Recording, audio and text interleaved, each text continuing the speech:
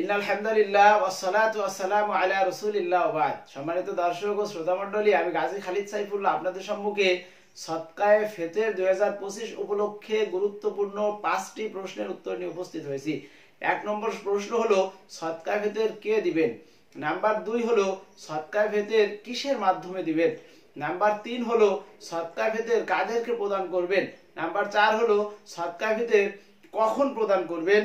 এবং 5 নম্বর হলো 2025 সালের হিসাবে আপনি সর্বনিম্ন এবং সর্বোচ্চ কত টাকা দিবেন।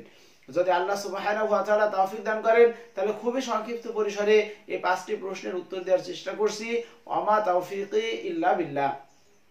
আমাদের প্রথম প্রশ্ন ছিল সদকায়ে ফিতর কে দিবেন। যে সম্মানিত সুধী, যদি আপনার নিকটে ঈদের দিন নিসাব পরিমাণ সম্পদ থাকে, নিসাব পরিমাণ সম্পদ হলো 7.5 ভরি স্বর্ণ অথবা 52.5 ভরি রূপা। এটাকে যদি আপনি টাকায় ভাগ করেন তাহলে স্বর্ণের নিসাব ধরলে আপনার 10,40,000 টাকা যদি আপনার নিকটে নগদ থাকে বা স্বর্ণ অলংকার থাকে বা ব্যবসায়ী পণ্য থাকে, আর যদি আমরা রূপার নিসাব ধরি তাহলে বর্তমান ভরি হলো 2200 টাকা, অর্থাৎ 1,15,500 টাকা।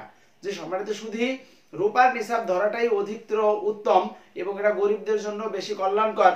অতএব যদি আপনার নিকটে 52.5 ভরি রৌপ্য বা 52.5 ভরি রূপার সমপরিমাণ অর্থ এবং আপনি যদি ঋণ এবং প্রয়োজন অতিরিক্ত এই অর্থটা অর্থাৎ 1,15,500 টাকা যদি আপনার নিকটে ঈদ উল ফিতরের দিন থাকে তাহলেই আপনাকে সদকায়ে ফিতর দিতে হবে। আমি আবারও বলছি, যদি আপনার নিকটে ঋণ ও প্রয়োজন অতিরিক্ত 1,15,500 টাকা বা এই সমপরিমাণ টাকার ব্যবসায়ী পণ্য আপনার নিকটে থাকে তাহলেই আপনাকে সদকায়ে ফিতর দিতে হবে।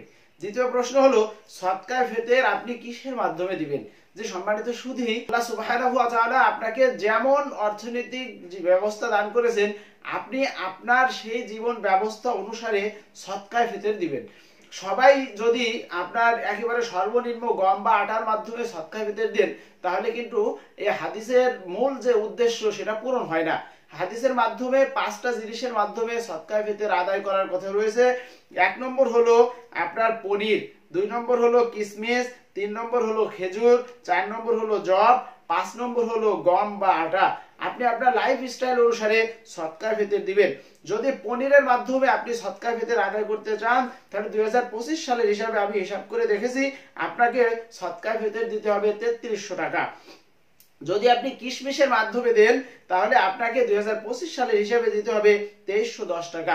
যদি আপনি খেজুরের মাধ্যমে দেন, মিডিয়াম খেজুরের দাম আমি হিসাব করে দেখেছি আপনাকে দিতে হবে 1650 টাকা।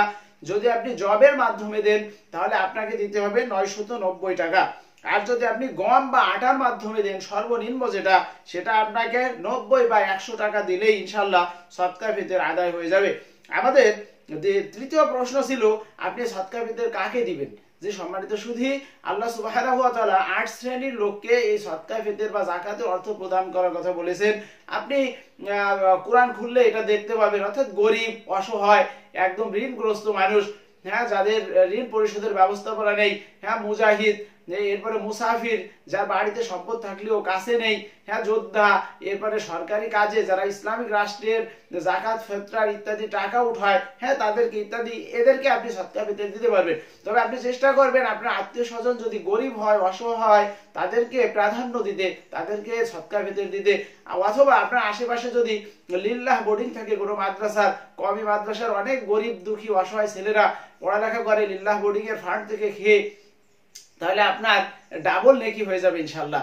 এক তো আপনি সদকায়ে ফিতর আদায় করলেন, দ্বিতীয়ত তো আপনার এই অর্থের মাধ্যমে আপনি কোরআনের খেদমত করলেন, হাদিসের খেদমত করলেন। যে ছেলেগুলো আপনার অর্থের মাধ্যমে পড়ালেখা করলো কিয়ামত পর্যন্ত আপনি এর একটা নেকি পেতে থাকবেন। আপনার ইচ্ছা করলে আমাদেরও একটি সুনামধন্য মাদ্রাসা রয়েছে কংসু শামসুল উলুম জামিয়াতুস সুন্নাহ মাদ্রাসা, এখানেও 100+ গরিব দুঃখী অসহায় ছাত্র রয়েছে।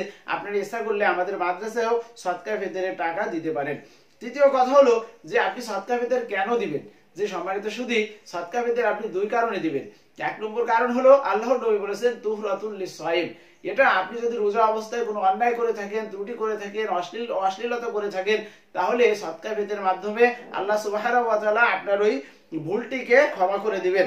সদকা ফিতর আদায়ের দ্বিতীয় কারণ হলো এর মাধ্যমে তু'নাতুল লিল মাসাকিন, মিসকিনদের, গরিবদের, দুঃখীদের আহারের ব্যবস্থা হয়, যে কারণে আমি আপনি সদকা ফিতর আদায় করব ইনশাআল্লাহ।